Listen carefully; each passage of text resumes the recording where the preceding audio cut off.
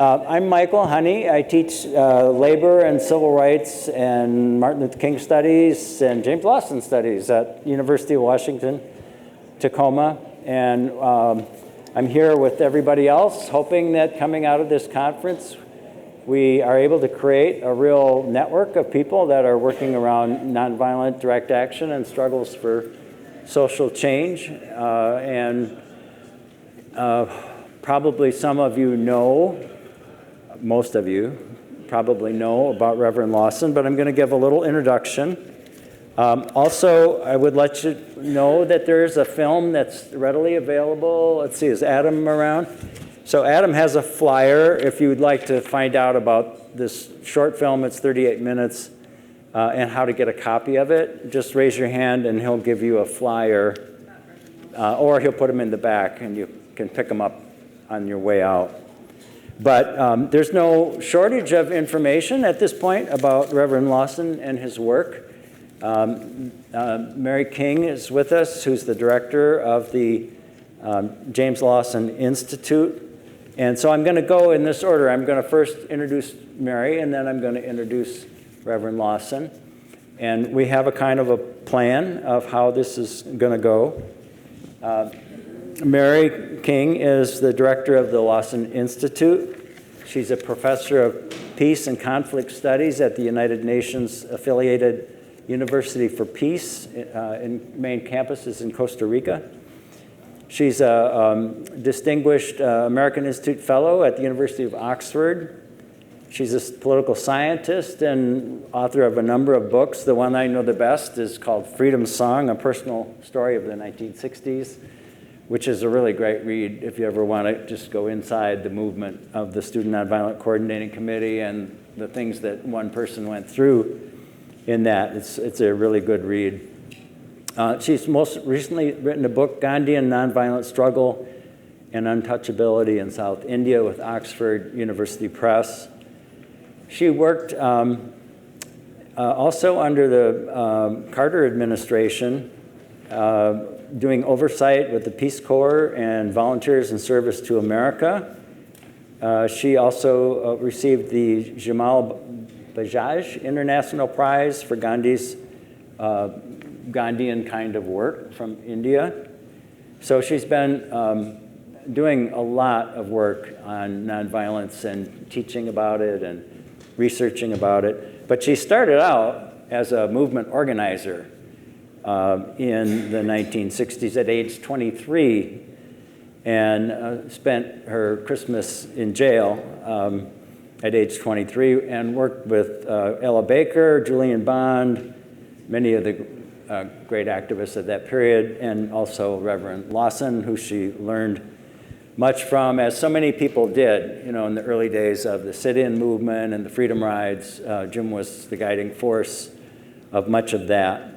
Mary also had a big hand in writing something called Sex and Caste, which was a document inside of the Student Nonviolent Coordinating Committee that declared that women were not getting treated well or equal. And Michael, that's not a correct summary of it. I have to interrupt you. Okay. Just mention the name, and I'll. Okay, you can refer to it. All right. So anyway, suffice it to say that there's a deep, deep history here with her and her relationship with Reverend Lawson. With Reverend Lawson, I'd like to say sort of personally, I've known him since about 1970 when we organized a big mass rally at his Centenary United Methodist Church in Memphis to free Angela Davis, who was being charged with a ridiculous crime she had nothing to do with in California under Ronald Reagan, and they were trying to give her the death penalty. And her sister, Fania Davis Jordan, came and spoke, and many other people, Frank Wilkinson, who Jim knew very well. So I started knowing him in the South myself, kind of the way Mary did earlier, was as a teacher and somebody who I could learn from about how do you do things, you know, how do you do movement work. And he was very well known in Memphis because he had been the ministerial leader of the Memphis sanitation strike in 1968. He invited Dr. King to Memphis, and we know the story of that, or we should. But I did a lot of oral histories with Jim much later when I became a historian. And he pointed out that Memphis was not just the place where Dr. King was killed. It was a tremendous community-based movement, similar to the Montgomery movement, where tremendous upheaval occurred and race relations began to change. And the black workers I interviewed that he worked with told me, Dr. King, we feel horrible that he died in Memphis, but everywhere he went, his life was on the line, and this is what he was all about, was helping poor people, and we won our strike. And so, don't just think of it as Memphis was where Dr. King was killed. Memphis was a place where a huge struggle happened. Jim started way before as a child, really, and maybe he'll talk about that a little bit, but really starting out, learning through his father and his mother, father being a minister who traveled the circuit, actually carried a gun, I think, to protect himself at that time. And his mother, who was of a little softer bent and said, don't fight back. It's not, there are other ways to fight violence than with your fists. Anyway, a lot of this story has been told in different places. But what people often miss is that before he ever met Reverend King in 1956, he'd already been to prison for most of a year for refusing induction into the... In fact, it wasn't refusing induction. He turned in his draft card, which he didn't have to do because he could have had a ministerial or a student ministerial deferment. Instead, he decided to confront the war makers and went to prison. Also seeing the draft as a kind of a semi-enslavement. And then went to India for 3 years. So when he met Dr. King after the Montgomery Bus Boycott, he already was extremely knowledgeable in nonviolent resistance. And then they formed this kind of partnership leading to the Jim coming south, working for the Fellowship of Reconciliation, traveling around giving workshops on how is nonviolence done, what are the principles of it. It's not aimless, it's organized, it's researched, it's something you put together and you plan and you have a discipline to it. And he's used that method over and over again. Nashville Student Citizen Movement and many of the campaigns in the South that Dr. King was involved with, and then Memphis, and then into Los Angeles, which is a whole nother story about labor and civil rights. So as I understand it, what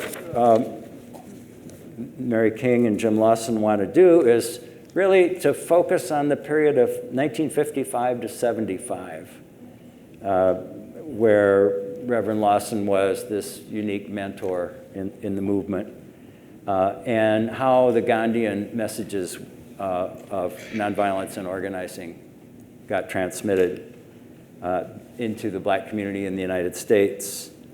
And I'm not going to be the interlocutor. I think we're going to lead off with what they've been on the road together doing this. So I'm just going to, my job is just to introduce and then maybe help ask some questions later. But together, they're going to talk about how the tactics, methods, and philosophy of nonviolent direct action defined a part of the movement, a wing of the movement, not the whole movement, and produced a lot of great results. So at this point, I probably talk too much and just leave it to them and let them take it from here. Thank you. Please welcome them. Thank you.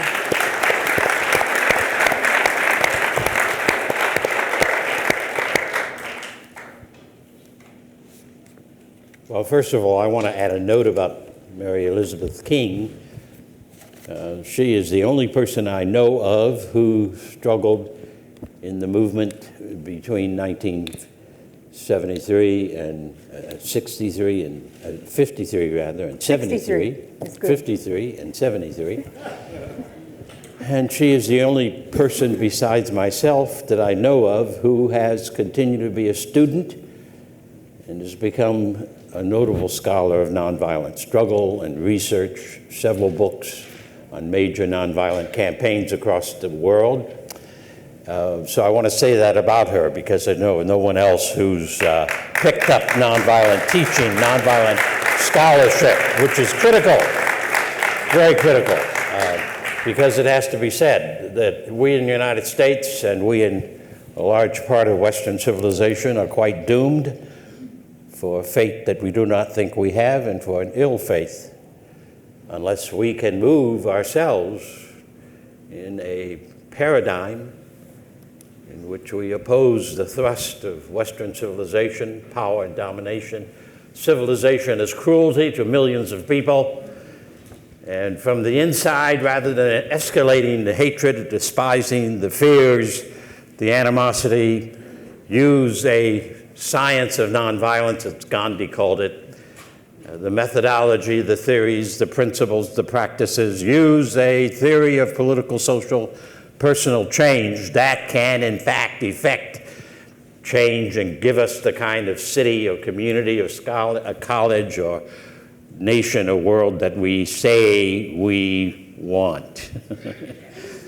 And we say we want it, but we may not want it by our behavior and by our hesitation in recognizing that, in fact, in two massive directions, the dominant world in which we live is a world directed by Western civilization that has said a lot of things that are wrong, need to be corrected, but its obsession with violence so that violence is a kind of God in Western civilization is one of the great enemies of the human race everywhere. And the combination of violent spirit and violent tactics with technology and the sciences means very clearly that we are headed to extinction of the planet and of the human race. So that I want to say Gandhi and the methodology and philosophy and science of nonviolent change represents the push of history or the push of the Creator or the push of God to the Western civilization and especially to the United States. You need to change the structures of life and of the world, and you need to change them in the direction of soul force and nonviolence, the use of the creative force of the universe that created all of us and each of us. If we do not begin to find that and use that force, the greatest force in the universe, then we are going to allow the direction of the world to continue, whether it's chaos, climate, or climate warming, but I think the better term is climate chaos, whether it's climate chaos or climate warming, what is it, or whether it's the development of technologies and the use of sciences for various kinds of weaponry that can extinguish a city in one blow, in one explosion. So we have that choice. Gandhi represents, therefore, for me, the greatest intervention and the greatest personality of the 20th century because he represents the issue, will we of the human race wake up to a much nobler, larger dimension of the meaning of life and get on board to exercise that rather than thinking that we're going to be saved by some kind of scientific, technological, ideological society that will keep us from committing suicide. And in that sense, then, I maintain that Martin Luther King Jr. is the second most notable person because he worked in the bowels of the Western civilization, in the great imperial giant of the United States, and has, in his work and life, has said much of the same thing, and lived in that respect as a theologian and activist who tried to exercise and show how change can be made inwardly and then across the land that will help us move in a far healthier direction, period. So I tend to say that a lot of what I read and hear about the civil rights movement does not capture it at all. I see the civil rights movement as an omnibus umbrella term, but I think that the vast passion and energy of what's called the civil rights movement is the Rosa Parks, Martin Luther King Jr. Nonviolent movement of America, which is what Congressman John Lewis of Atlanta called what we did.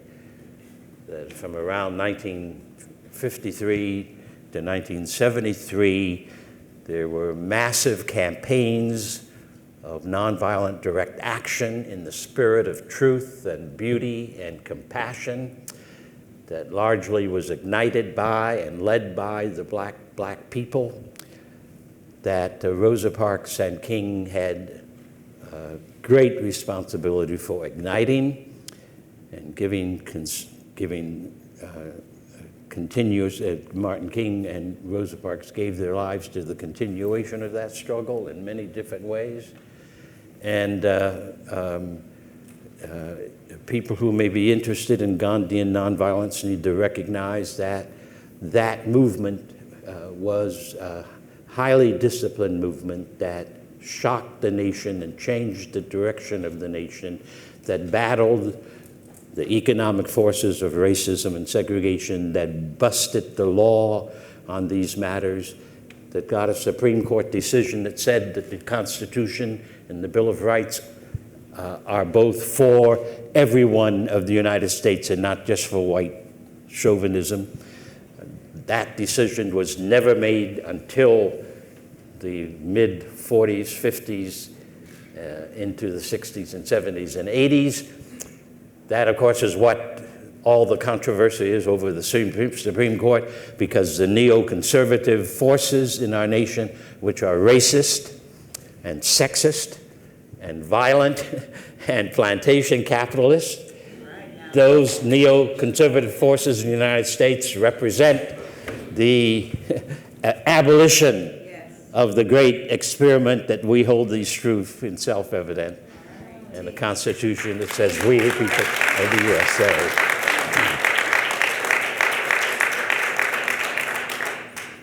And those forces are an accumulation of historic forces in the United States that have surfaced as never before, and they may get worse before they're going to get better. And I do not see the political, economic, religious leadership that may help us move through this time in such a fashion that we can deliver a massive defeat to those neoconservative forces in our land. So again, I'll come back to nonviolence as active force, as powerful force, as in fact the only power or powers that can help us move through the poisonous times in which we live with some degree of effectiveness. The movement from 53 to 73 was in itself a compact, disciplined movement, not the same as the Little Rock Nine, where I did counseling with all the Little Rock Nine in and out every week sometimes. It's not the same, but the Little Rock Nine represents another heroic story that can be caught up in the larger umbrella of the movement. It is not the same as one of the things or two of the things that helped to ignite the imagination in our country, the desegregation of professional football in 1946 in Los Angeles, where the Rams recruited Kenny Washington and Woody Strode as the first two black players. And that was because they were told, the Rams, the St. Louis Rams, then were told that if you do not have a desegregated football team, don't come to LA. They were told that emphatically by a variety of black people in LA at that time, 1946. In 1947, Jackie Robinson in baseball, and the story is untold, I think, or not described very well. I recently read one of the newer biographies of Jackie Robinson, and the story is, I think, is still largely untold of how wherever Jackie Robinson went in 47 and 48, he was greeted by literally hundreds and hundreds of black people who came from miles around to watch him on the farm teams or to see him when he played in Dodger Stadium the first time and the rest of it. Those two events, I maintain, are part of the awakening that helped the Montgomery Bus Boycott to be able to take such powerful effect, because it helped so many black folk to recognize that we're not stuck in this system that is pushing us to greater and greater crudeness and disadvantagedness, that we can make changes. And so then along comes the Montgomery Bus Boycott. And for 10 years in Martin King's life, there were major nonviolent direct action campaigns in the southeastern part of the country. I'll just name a few of them: the Montgomery Bus Boycott, the Orangeburg Economic Boycott, the Tallahassee Boycott in 55, 56, 57, 58, 59. And then in 1960, the sit-in campaign. Then in 1961, the Freedom Ride. And then in 1962, the Albany Movement. 1963, the Birmingham Movement. 1964, the Mississippi Freedom Movement. 1965, the Voting Rights Movement, or the Selma to Montgomery campaign. 1966 was the fight against the Meredith March Against Fear. 1967, the Chicago Civil Rights Movement. 1968, the Memphis Sanitation Strike.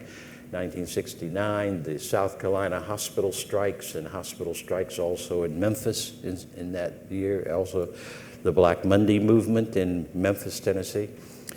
You had not only these major campaigns that had the attention of some 300 black newspapers who reported it all across the country, but then you also had, in addition to those major campaigns, you had literally hundreds and thousands of campaigns all around the country in many ways. The FBI says that in 1963, there were more than 1,700 direct action campaigns and incidents around the country in support of the Birmingham campaign.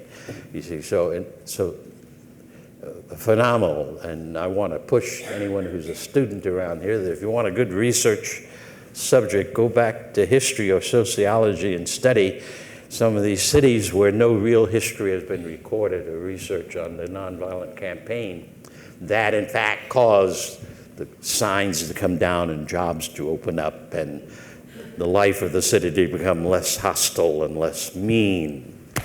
And one has to understand that that kind of meanness is a part of the way that in history we had a meanness towards the millions of Indian people who lived here when the first settlers came here. It represents the meanness of slavery.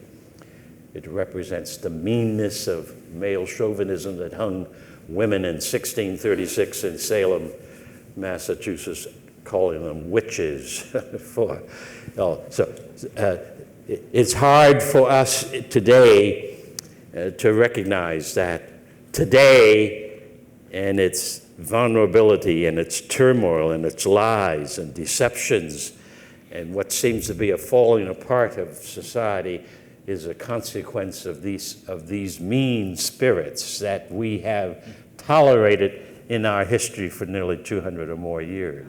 Yeah. So that when people, we say we've been a nation of law, I say, well, that's not quite true. Never has been true for all of the people of this land. It's not true yet today. We have been a people experimenting with making law and justice and community and equality and freedom the targets that we would like to see permeate our whole land. So we have never been a democratic society, which is the way we're taught. We've always been a people supposedly trying to learn what it means to be a democratic society. Because after all, we should take pride in the fact that we were the first group of people in the 13 colonies of settlers who included Indians and women, incidentally, and black folk, those that not in many of the textbooks in the high schools. It included a 13 colony-wide conversation in bars and elsewhere. And in that 13 colony conversation, there was that notion that we could have a society, we could become a society where we, the people of the USA, learned to govern ourselves, learned to accept one another, learned to put aside the tyrannies of the world at that time and create in place of those tyrannies a spirituality and a power and a governance that could be called democratic and far more humanistic. So that is the greatest force, not that, but that's nonviolent theory, if you do not recognize it at all. But that movement's 53 to 73 did have a political consequence. It also had a legislative consequence.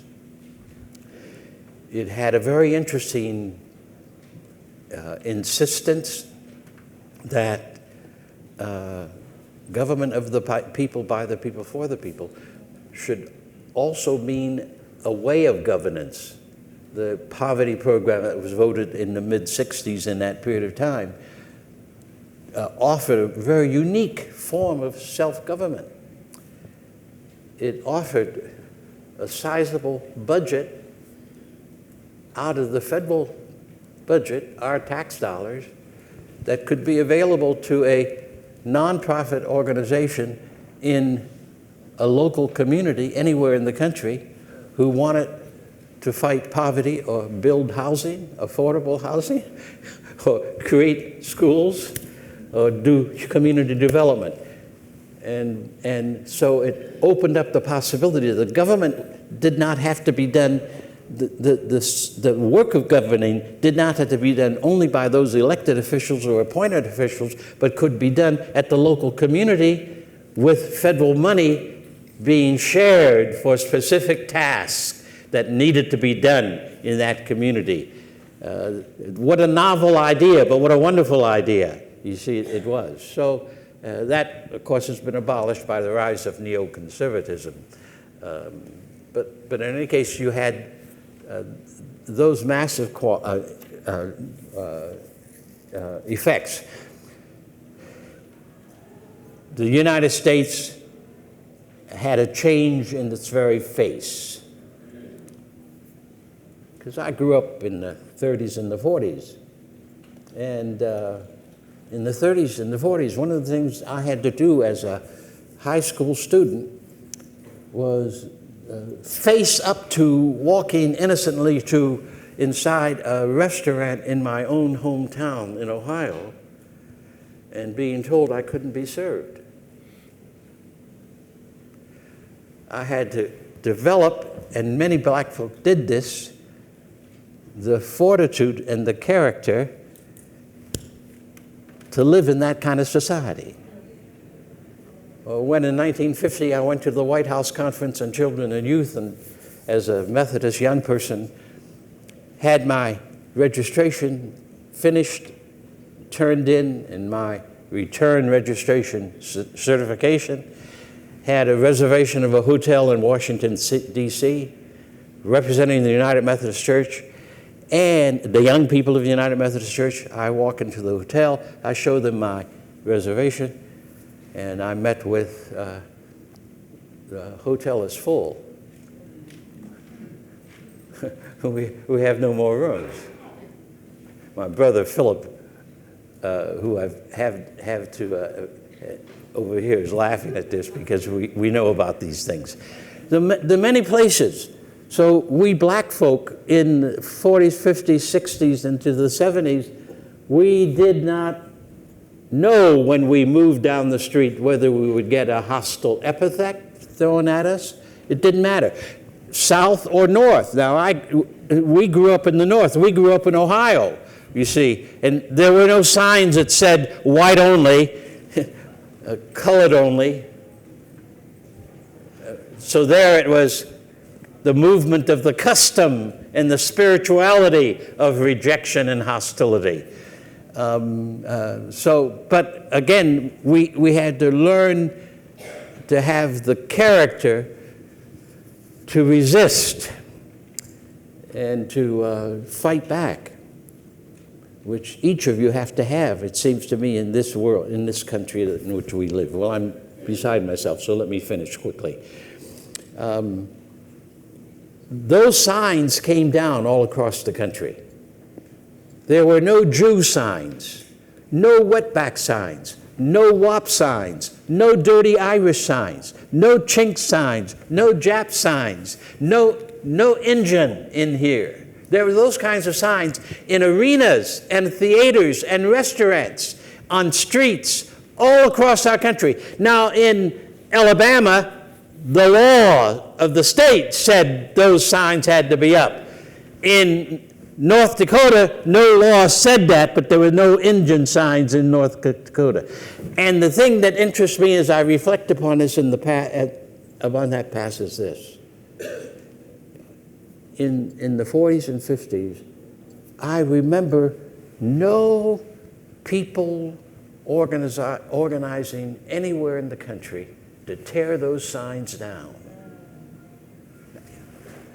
I remember no effort in the Methodist Church or the Baptist Church or the Catholic Church to say those signs are immoral and shameful, and we ought not to be living under such signs anywhere in the country. It was our movement that pulled those signs down.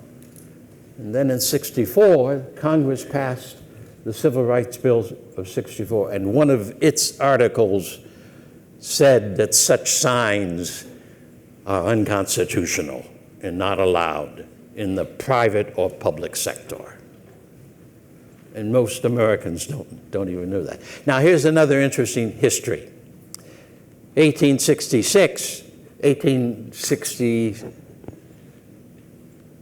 67, 68, a Republican Congress in Washington passed a civil rights bill, and I may not have the date right, but that civil rights bill said that in the United States, all the residents had to be treated equally in private and public places. That included hotels, trains, carriages, theaters, restaurants, so forth and so on.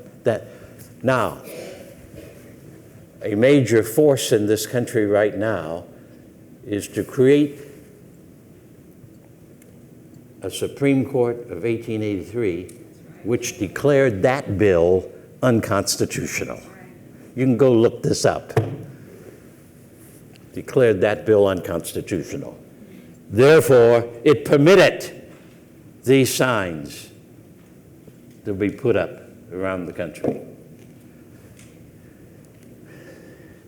But the most important element of this campaign, I think, was the fact that we, for the first time, we, the people of USA, led largely by the black communities and black people, led largely by Martin Luther King Jr., struck a blow at all the issues in the 20th century that the constitutional and revolutionary days of 1776 could not address and did not address.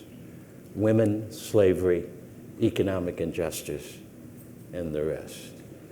Which is why I call what we did in 1953, 1973, the second USA Revolution. And it's why Time magazine put King on the cover, calling King a founding father. Because that movement was a part of the effort to get the United States, as Martin said, to live up to its promise, live up to its imagination, and live up to the hope of justice and freedom for all. But again, I return to the notion that if you study and see Gandhi, which I did from 1947 to the present moment, you'll see that Gandhi indeed can be called the father of nonviolent struggle. The father of how you make personal and social change in a manner that helps to really make the change and allows you to live at a level of the nobility of your humanity, of your heart, mind, soul, and strength. So, active force. I think there is no other future for this nation but for imitations of that movement, 53 to 73, imitations in the 21st century. And I will say to you that my perspective is that the only hope for this, we the people of the USA, is if in the 21st century we have campaign after campaign and movements of nonviolent, soul force, direct action that will make the movement of the Rosa Parks King movement pale beside them. Without such campaigns in the United States, I think we will not halt the assault on humanity in our own country or in the rest of the world.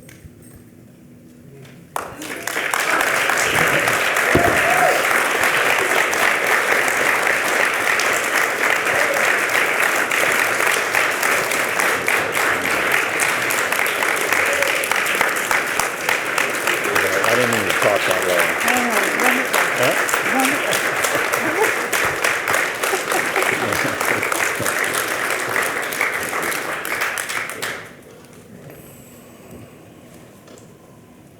When Reverend Lawson and I talked about the title for this session, we chose the name An Extremely Active Force because it's a quotation from Gandhi. Mm-hmm. And it's a good description in only 4 words of nonviolent direct action, which also is 4 words. Now, what about this action? And Gandhi, who is, of course, the person that Reverend Lawson studied, and it was Reverend Lawson who worked with Martin Luther King and the Southern Christian Leadership Conference to learn to teach nonviolent direct action, but he also was in the same role with the student wing, where I was. A unique role. Nobody else had spent 3 years in India teaching who was able to learn about the satyagrahas in all the parts of central India and meet with satyagrahis, that is, people who were participating in those campaigns. No one else was able to do this. In Montgomery, many seasoned professionals descended on Montgomery, like Glenn Smiley. There were a number of pacifists who volunteered to help. It was a matter of time until till Bayard Rustin would be involved, advising both SCLC and SNCC. But no one else had the unique grip on the knowledge of how what Gandhi called a technique, method, and process worked.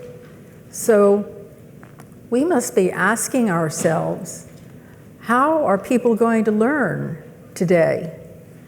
And Janine Herron, you asked in the last session, what about the children? How are they learning? The children who are leading the environmental movements and the anti-gun movements, how are they learning nonviolent direct action? One of the things I want to share with you is that as far as, and I'm picking up from the things that I've just heard Reverend Lawson talking about, I see the basic choice for Gandhi as being action versus inaction. The reason was, and we have Professor Veena Howard here from California State University in Fresno, who's just run a spectacular conference for 3 days. She's nodding. She's a Sanskrit philosopher. So when I see you nod, it makes me feel very good, Veena.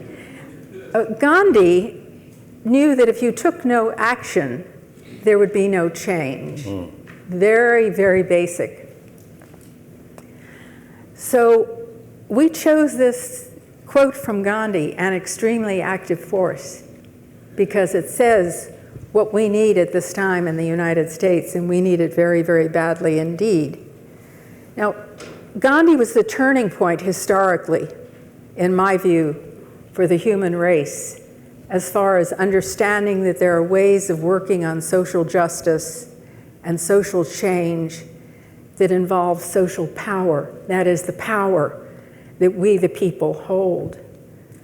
And these are some of the issues that we were discussing in perhaps slightly different words within the movement in the 1960s. We've got to accelerate this process. I did some deep thinking in my own mind as to what I learned from Reverend Lawson when I was in my early 20s, and Ella Baker and Professor Howard Zinn had contacted me and brought me into the movement. I remember some of the things that Reverend Lawson said to me verbatim all those years ago. He talked about the fact that pursuing justice must be combined with action, and that beliefs are not enough. Actually, those of you who are teaching and doing research know that ever since Tolstoy, we have understood that beliefs are not enough. Tolstoy was unique for his time in that he understood there had to be both beliefs and action. So I want to highlight that. I also want to highlight the fact that all during the early part of the 20th century, from 1919 until 1955, African American leaders were traveling to India to meet with people who had worked in the various satyagrahas, to sit with them, to dine with them, to interrogate them. They were traveling by steamship, 12,000 miles, to learn about a technique that they thought might work here in the United States. It was a quest for knowledge. There has to be a quest for knowledge underlying the process that Reverend Lawson has described. If we are to do what he has challenged us to do, we must have a desire and a thirst for greater knowledge and greater ability to transmit that knowledge. Black leaders like Howard Thurman at Rankin Chapel, Howard University, Bishop Edward Carroll of the Methodist Church in Baltimore, Black bishop of the Methodist Church in which I grew up, and my father was a Methodist minister, and he was often in our home. When he met with Gandhi in 1936, Gandhi said to him, Why don't all the Negro people in America stay home from work one day? Well, why don't we ask ourselves, why don't all of us who believe in social justice stay home from work one day?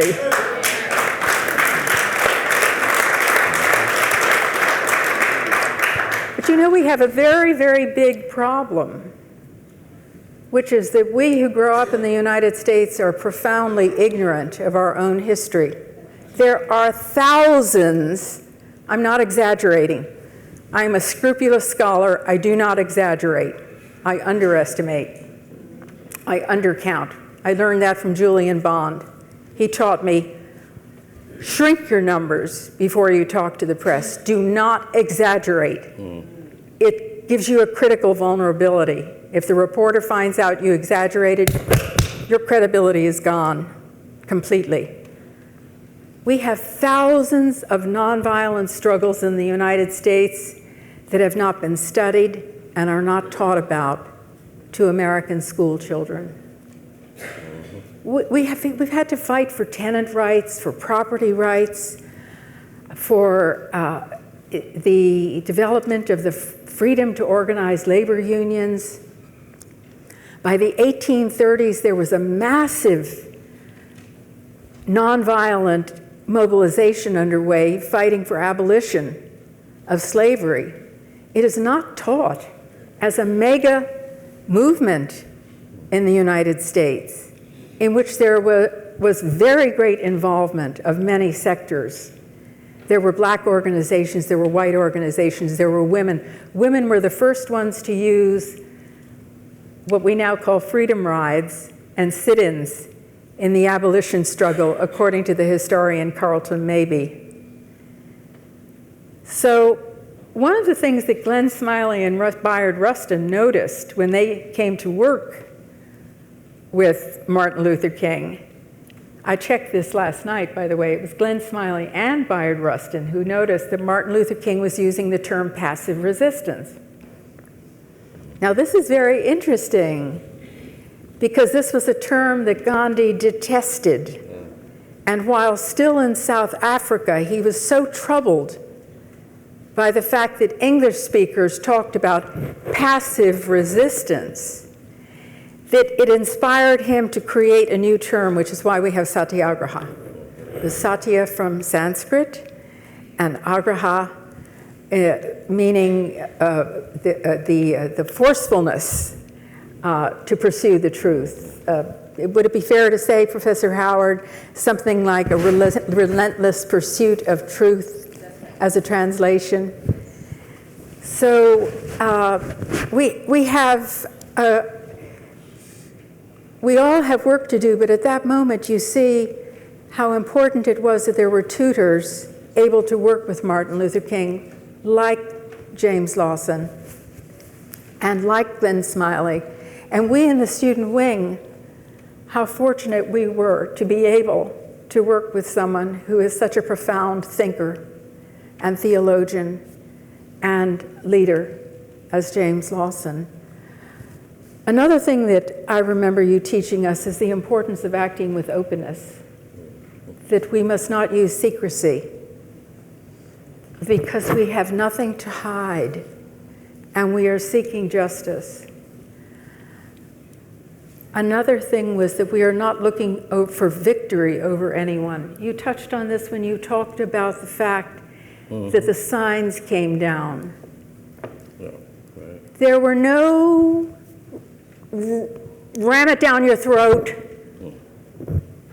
victory statements. There were no announcements. In Nashville, there was no announcement that the downtown had been desegregated. That's right. And Yeah. it was intentional. Yep.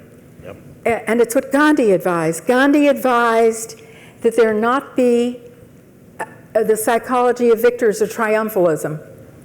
Those words, Martin Luther King used them. I mean, they are both talking about the same thing. Don't rub it in. Go for the social change. And then Martin Luther King said, we must revolt in such a way that when we wake up the next morning, we can live with our, shall we say, sociologically speaking, our adversary. We can live with our adversary, but as brothers and sisters. This requires understanding. Even now, I encounter very profoundly talented and educated Black academicians who do not understand the use of nonviolent action in the freedom movement, and who are eager to say that they really don't know or understand about this nonviolence thing. I ended up on a panel in Oxford with a Black historian who talked like that.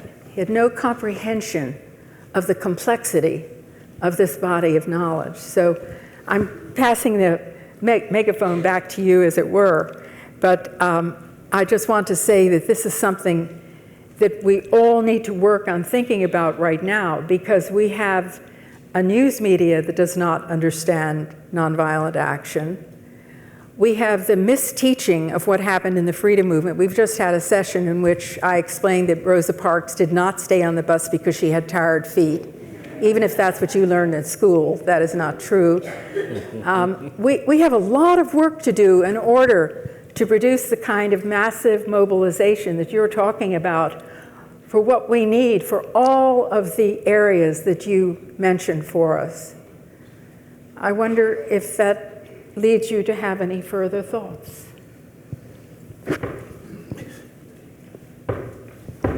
It might be good to define nonviolence in some fashion. And so let me see if I can do that.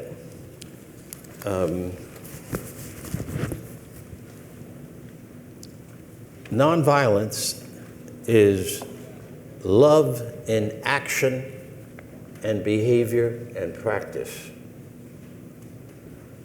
That is, as Gandhi said, for an example, it is not something that is taught about, but it is something that actually has to be practiced and behaved and lived. And it cannot primarily be lived in an individual, personal fashion, though that is the task of each one of us, especially those of us who have been raised in families where, from the moment of our awakening, opening our eyes, we've met love and parental concern and nurturing and all the rest of it. Gandhi, early in his life in South Africa, took the word, and he writes this, he took the word ahimsa, which he had learned from his mother and others who were Jains in his childhood, and to Edward Carroll and Sue Thurman and Howard and Phenoma Carroll, who were visiting him at the same time in March of 1936. Gandhi said, Gandhi writes, I took the word ahimsa and I translated it as nonviolence, without a hyphen. He created a new word. He also created a new religious understanding from Jainism, because Jainism had long interpreted ahimsa as non-injury, do no harm. A very ancient religion and term. So Gandhi now in South Africa takes that Jainist concept that's rooted in the notion of the sacredness of all living things, that human life is a precious stream that connects all kinds of life into a whole. So he took that notion and says, I make that word mean nonviolence or compassion and love. He says it, he writes at one place, in fact, that he's talking about the love that is like the Pauline love out of the New Testament, which he read. Now, Paul, the apostle, was not the first person to use that word as Jesus who used the word love as agape, or the love of God, or the grace of God, or the truth of God that permeates creation, and that is the creative force of the universe. So, nonviolence is what many of us learn as children when our parents nurture us in treating each other kindly and fairly and decently, without rancor or crudeness of behavior. And I would like to say that as I look back upon all of that, I maintain that along the way, we human beings have put that beginning of life aside and picked up the cudgels that are in contradiction to compassion and love. And just why this has happened, I don't know. This is where Gandhi again represents the idea, the creative force that created us is the power that can enable us to not only transform our own lives across history, but to transform the places where we live.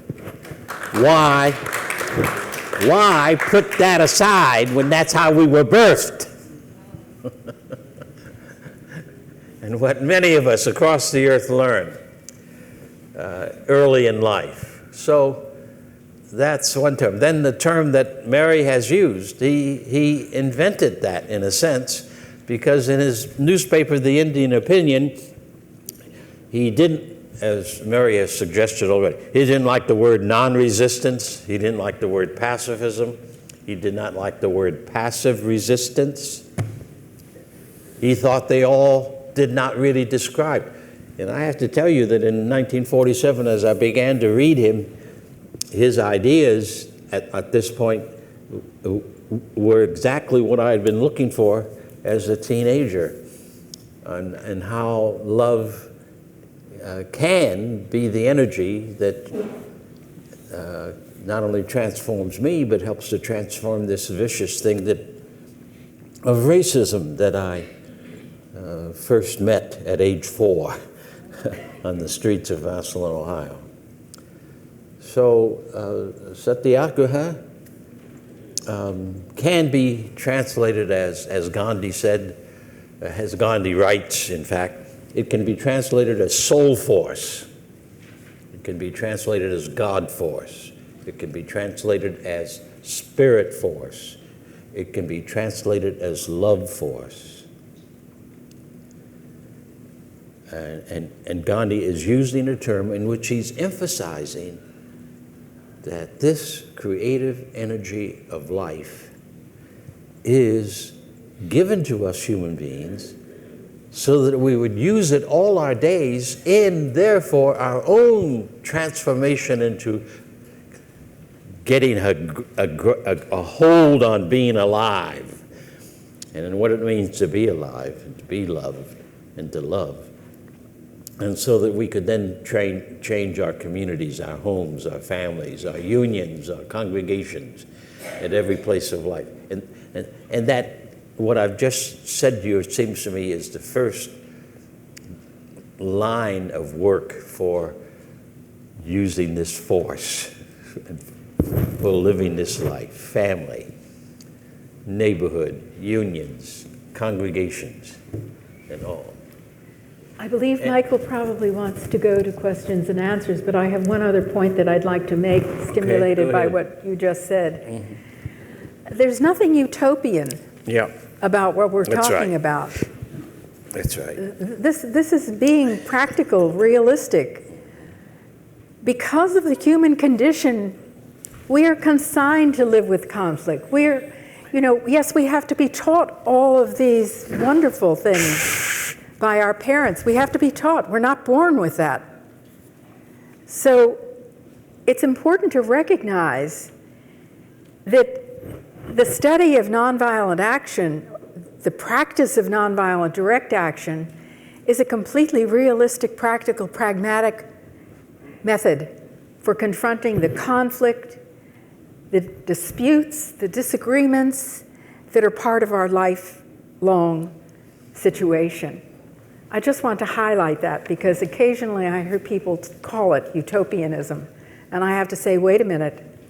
Nobody who's involved in this field or studying it or writing it or using it believes that they're going to be able to get rid of or eradicate conflict. Nobody. We all know we must learn how to deal with it. And this is the only truly realistic way of doing it that does not involve worsening the problem or killing other human beings.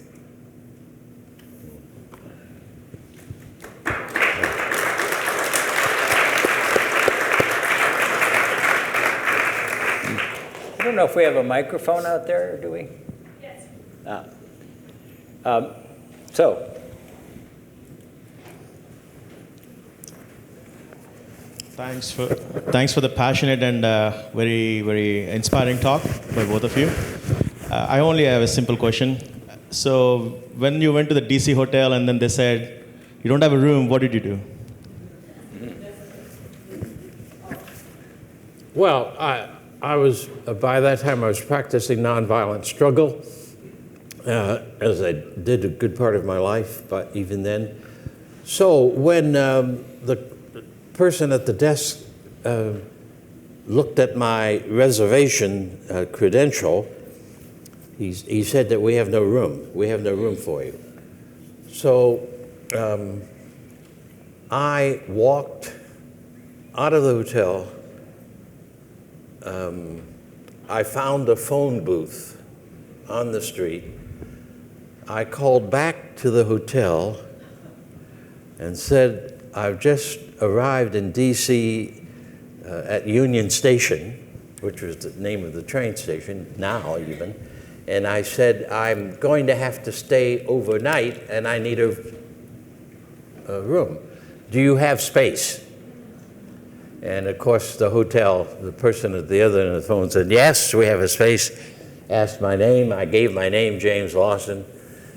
And she said, well, just come. We have space. We have a room. You have a reservation. So I walked a little bit so that I wouldn't be seen too quickly in the lobby. And I went back in. And said, I've just called, and they say you have room, and I have a room. And again, I got this answer that was a mistake, something. I couldn't get it right. So I went to the registration office for the White House Conference on Children and Youth, and they got me space to live in for that. So you can. You can't So way object. in the back, I think that was Yeah. the first hand. Red, yeah. You might be able to hear me. Yes. I'm challenged to plan my week next week. I find it remarkable that you were able to bring together hundreds, if not thousands, if not tens of thousands of people for these rallies, for these demonstrations. I'm just curious, in the era when there wasn't any social media, how were you able to do that remarkable feat?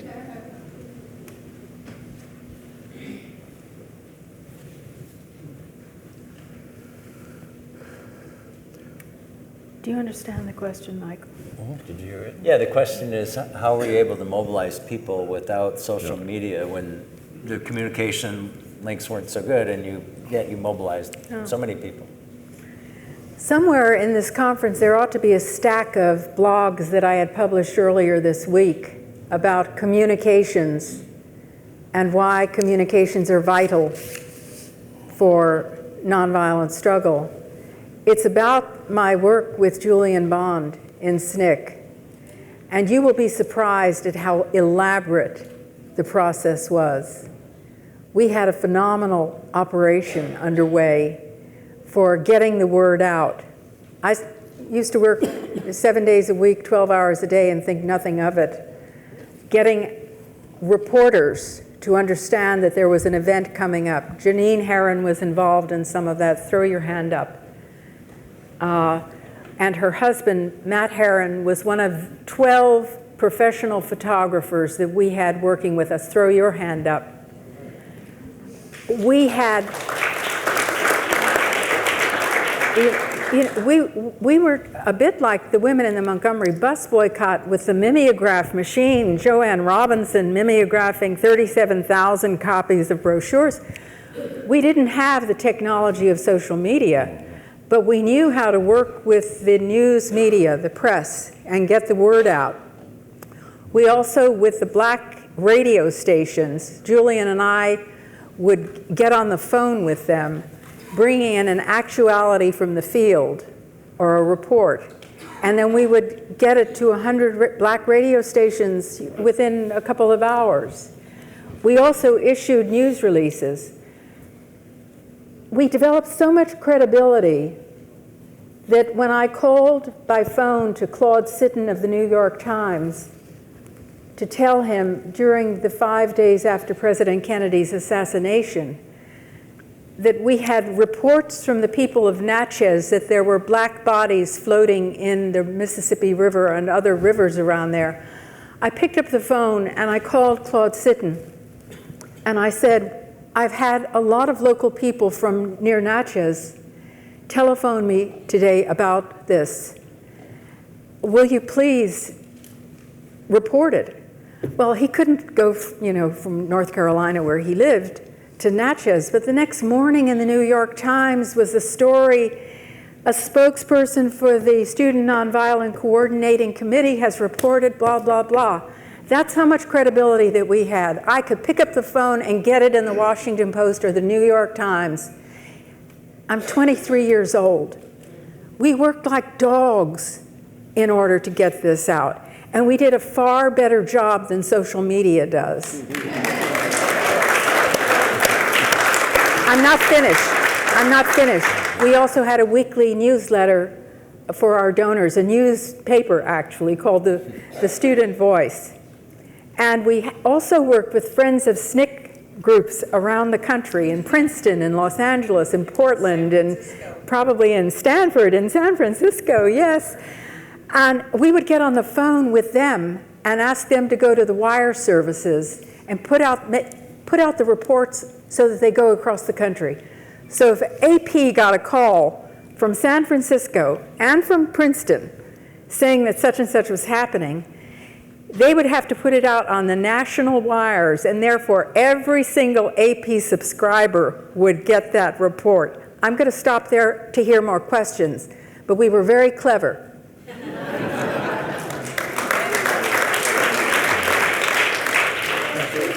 But I also want to add, however, much of the activism in the United States is activism for the sake of activism. It does not swim in the echo space, in the waters of where people are, and does not match the aspirations that people have. Thirdly, you cannot expect everyone to want to appear in a march. And we need fewer marches right now. And we need more protracted, disciplined, small groups that go over a period of time, weeks, months.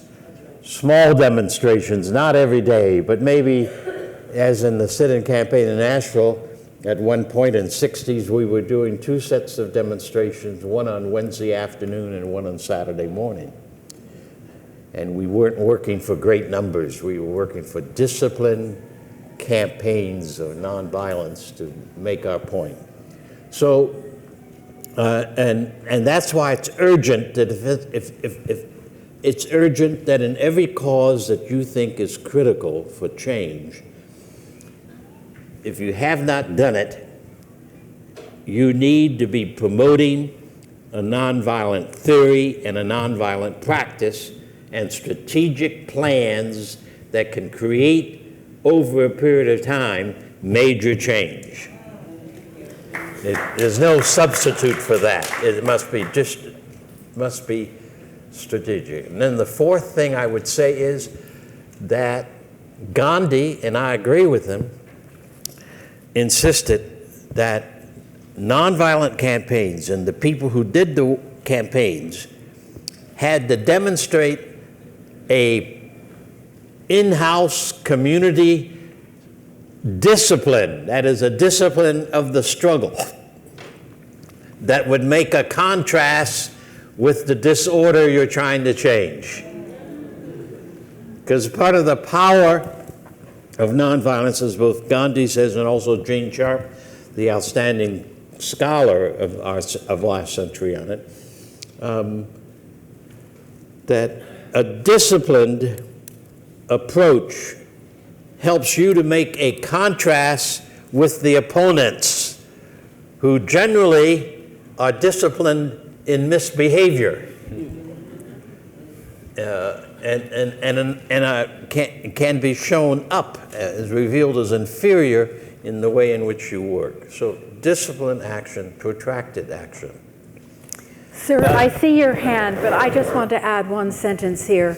Yeah. When you have large demonstrations that do not make clear claims and demands, expect to fail. That's right. If observers and onlookers do not understand what it is you're seeking, what the injustice is, what the critique is, you will not be able to succeed.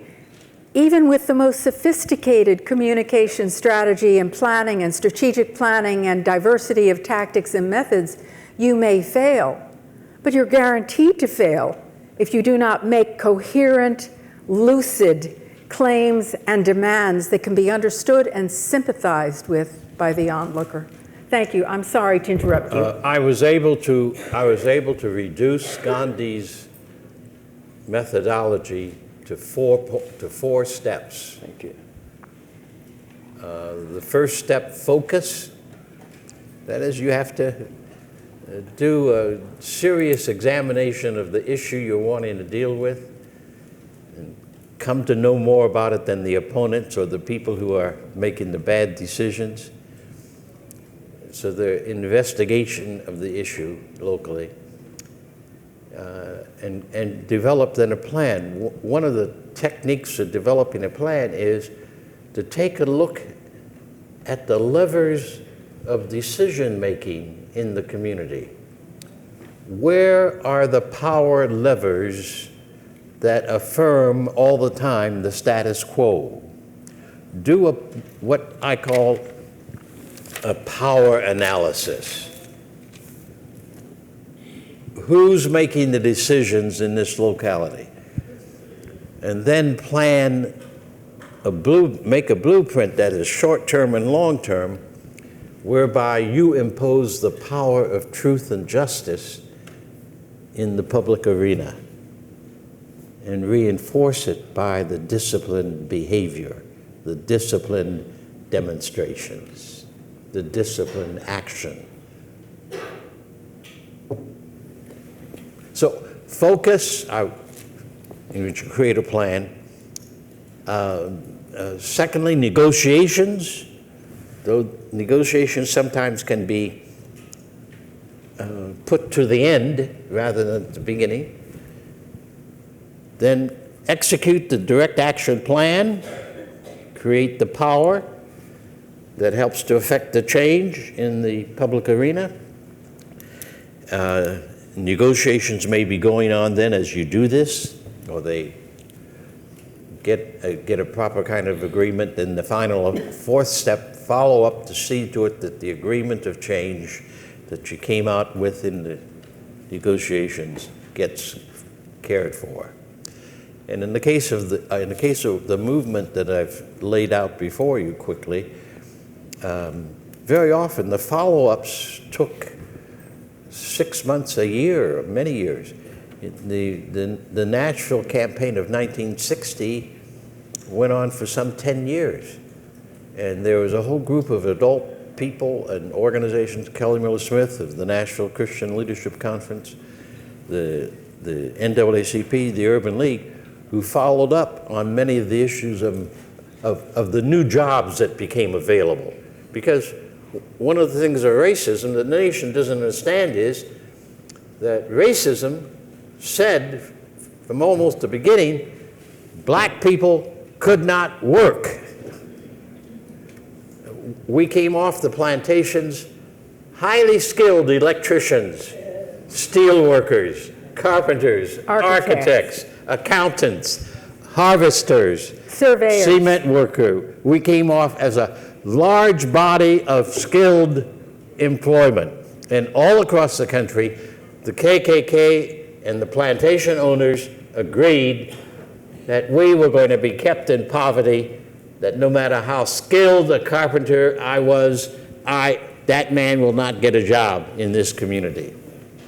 So a part of the impact of racism was the prohibition against black people working, and wherever they had the qualities and the capacity and the skills and be able to earn what they ought to be able to earn to benefit themselves and their own environment.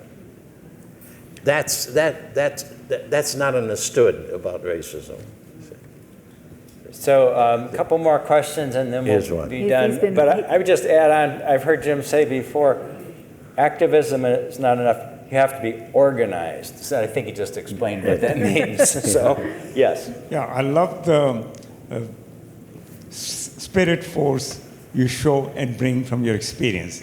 My question has to do with modern problems that are happening in the land of Gandhi with Kashmir, what's happening in the Middle East, where there's terrorism, and then on the other side, people use the terrorism to perpetrate more injustice on the people who are downtrodden in that area. And most of these conflicts now are not racial as much as religious. So I would just like you to comment on what people can do and use this active life force to combat both sides of the issue, the terrorism and the people who perpetrate injustice. Thank you. Do you want to speak to that? One of the things that is important to remember, that even when there is very little political space for nonviolent struggle, there are still ways of resistance. In Latin America, for example, under the generals' dirty wars, there were all kinds of resistance that were underway, preserving the room for the development of dialogue and the continuation of study and contact and communications and learning. It's also possible that vigilante and terrorist groups, or those, with political Islam or whatever their, infatuation is, will come to see the limits of their own methodology and realize that there must be other ways of dealing with situations. I think it's also important to remember the profound effectiveness of nonviolent struggle, maybe not in countries where there are terror outfits that have taken over governance, but we need to remember that within the last 50 years, more than 50 countries have made democratic transitions from dictatorships or monarchies or empires through nonviolent action. This is not something for namby-pambies. This is something when the entire country unifies in a national nonviolent campaign, it can be extremely effective. Now, one other thing, by 1906, I think he would have been about 34. 1906, Gandhi would have been about 34? 36. In 1906, when Gandhi's 36 in South Africa, he's trying to coach the Indians and help them understand that they need to be able to take action. They're afraid. They're living in semi-slavery. They're low castes or those without castes, untouchables, who've been lured in for indentured servitude. And in 1906, he explains to them, I'm putting this in my words rather than his words, that no system can stand if the people refuse to cooperate and obey it. This is the profundity that operates at the substrata of nonviolent action. And it is possible, under certain circumstances, for there to begin to be study groups, even in the midst of terror. There can be study groups, there can be sharing of information and knowledge, and there can be preparation for a future. Another thing is that there's just a certain amount of atrophy that goes on under those circumstances. I can, if you give me your email afterwards, I can send you an article that was published by Maciej Bartkowski, who is the Director of Research for the International Center for Nonviolent Conflict, who's written on this topic. I'll wait here for you. Who's got the microphone? The biggest terrorist in the world today is usually state government, including the USA. That's the hardest terrorism. And I think we need to see that some of the people in the United States who are a part of the neoconservative struggle and who threaten burn crosses and threaten death and who have killed are reacting to the terrorism of the state more than anything else. In the struggle of which we've been speaking, we met that terrorism in Alabama during the Freedom Ride, where the FBI cooperated with local police, and the local police cooperated with the KKK, and the KKK joined its coalition with the White Conservative and White Citizens Council, and together they attacked the buses in Alabama, burned one bus, mobbed the second bus in Birmingham, mobbed the second bus in another bus in Montgomery. That did a lot to demoralize and injure the first 13 Freedom Riders who had started out in May down the coast and then came across the South. Our campaign in Nashville had done a lot of work on the area of how when the opponent fights back with violence. And so when we saw that violence, we agreed in long discussions that our task was to pick up the Freedom Ride and to make it go on towards New Orleans. So in actual fact, we cooperated locally and we created, we called for volunteers. And so we had volunteers go to Birmingham to take the bus to Montgomery, and go to Montgomery and take the bus to Jackson, Mississippi. So in that case, we galvanized the movement in fierce action and determination that the burning of the bus would not stop the struggle. And we were able to push through. So when violence and terrorism and hostility breaks out against struggles need to then take some time to examine what this is and then to see whether or not they can organize in a fashion to push back against it, to go on with their task and their targets and not allow the violence to prevail. Okay, it's 5 o'clock That's dangerous. and we started 10 minutes late. So if it's all right with you all, we could take 10 more minutes maybe. Food is getting ready, so no more than 10 more minutes. And I think one way to do this is to take a couple of questions and then let the panel pick what they want to answer. We can get all the questions out and see what we can I think there may weave. be too many. How many people have a question? Yeah, see, there might be too many. So let's take a couple. And let me just add one other thing. We had wanted to go further, or I did anyway, into Jim's work in Los Angeles with labor, but we don't have time to do that. If you look up something called Love and Solidarity online or get a flyer in the back, It'll give you a preview of this film, which covers another period of the movement. Yes. Yeah. And I should add to that it seems to me that we're missing the boat, because two of the ways we can help create campaigns for change is to work with working families who do not make enough money in their work to support and sustain themselves and their families and their environment. So I happen to think organizing among unions and working people. And then the other thing I want to lay out to you is that in the Hebrew Bible,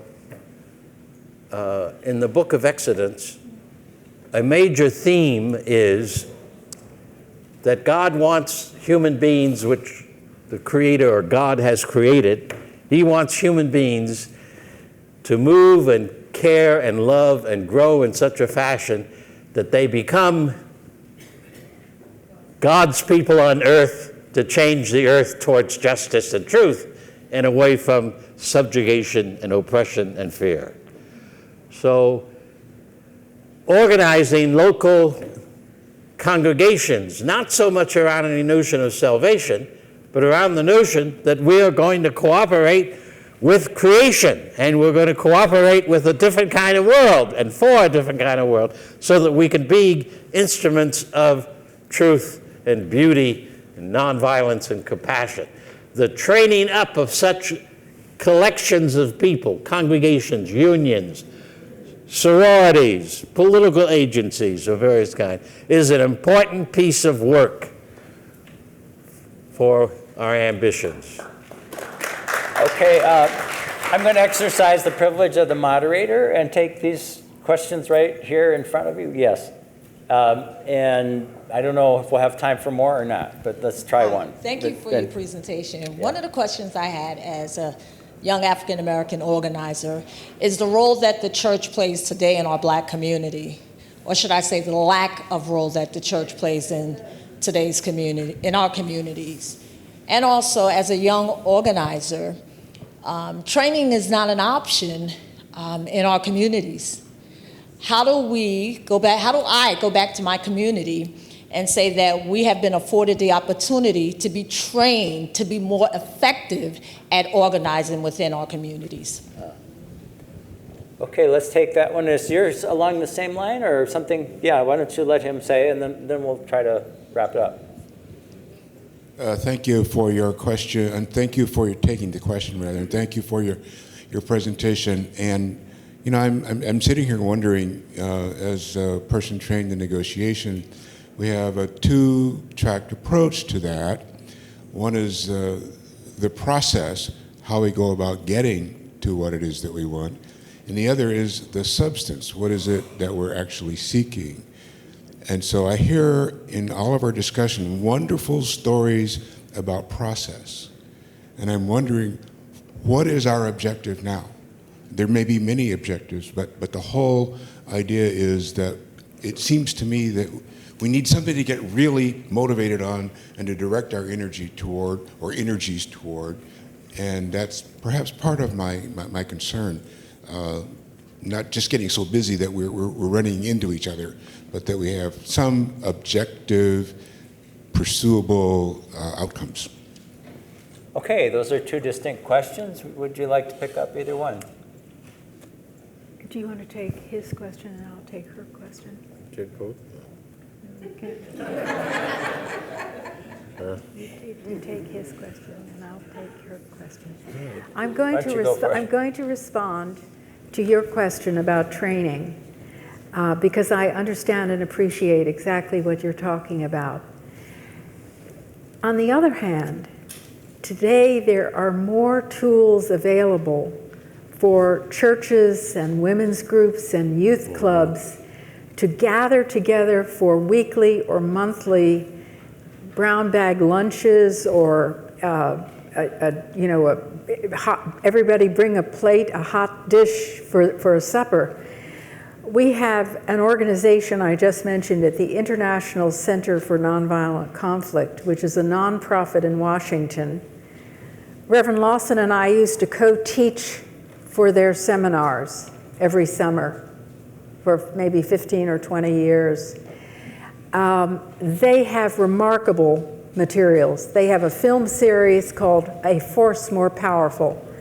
I guarantee you, if you get that package, which is free, International Center for Nonviolent Conflict, there are 6 30-minute films, and if you organize 6 suppers over, say, 6 weeks or 6 months, you're going to be involved in training yourselves using those documentary films.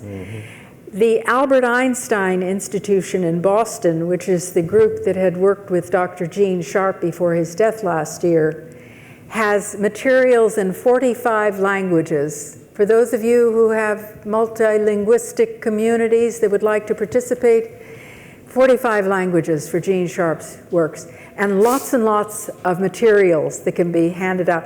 It's actually easier to learn today than it was in my day. Yeah. It was much harder for me to understand what Reverend Lawson was trying to teach us. You know, I remember him saying, they will call us radicals, but radical means go to the root. It was harder to learn then than it is to learn now. It is much easier. Jim, do you want to pick up the subject? In working locally, I think we should disregard all of the notion about national campaigns and even global campaigns. From my understanding of nonviolent perspective, it is at the local place where you look around your own life, your own community, and there you work out the issues that you think are most critical, and you plan your strategy there. If this happens, see, the local place will discover the campaign that can become a national campaign. It's not going to be done from the top down. It's going to be done by people at the local level who see their own place, their own work, their own life, their own environment, and come to conclusions there on targets and campaigns, preparation. And I prefer the term preparation more than training. I define these differently. Training is for a specific demonstration. But to prepare to go into motion and action, that's preparation. That may be boot camp even, but that's preparing. And pick up with what Mary said. In the 60s, in the 50s, there were no books. There were no books on how to. I learned from all sorts of places and biographies, Gandhi, South African people. So, but now they're just, and Mary has given you one great source for a force more powerful, which phenomenal book. Nothing like it did we have in the 20th century until the year 2000. It's both a book and a film series. And the film series. And they have 6 films to go with the book. And actually, if you look up ICNC's website or phone number, you can probably still get a book and the film series free of charge if you're going to use them in your community. The films are available free. It's on the internet. It's on the internet too, all of it. Yeah, Yeah. okay. Thank you, David. Let me also mention that there are 2 online magazines that are publishing articles almost weekly. One is published by Waging Nonviolence. Somewhere in this conference, Truman Chen, somewhere in this conference are stacks of photocopies of my 2 articles on Gandhi and racism and imperialism, etc. It's on the web. It's on your website. So everybody can find it on the conference website. Look for Gandhi Mary King, something like that. And the other one is published by ICNC, the International Center for Conflict Resolution. It's called, Waging Nonviolence is one, the other is Minds of the Movement, plural, like our brains. Minds is a hard word to hear sometimes. Minds of the Movement, a play on words. Its editor is Deborah Mathis, who was too young to be one of the Little Rock Nine, but she was elected as the first black female editor of the Little Rock student newspaper in the high school. And then she became a professional journalist. She's now director of communications for ICNC. And they both bring out constant articles that you can use with your groups on a regular basis. I don't know. What do you want to do? Of James Lawson training the lunch counter sit-in participants, how he trained them. If you see that, you will never forget it.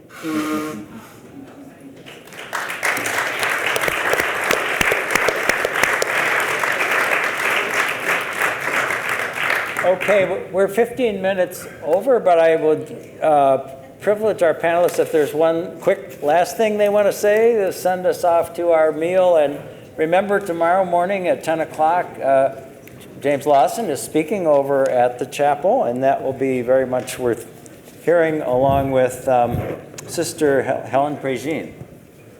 I want to introduce my brother Philip, who was a renegade from the 60s.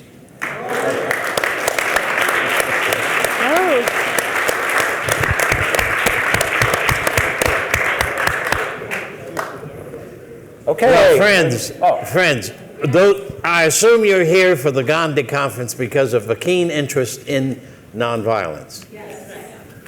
If you have not already translated that interest and energy into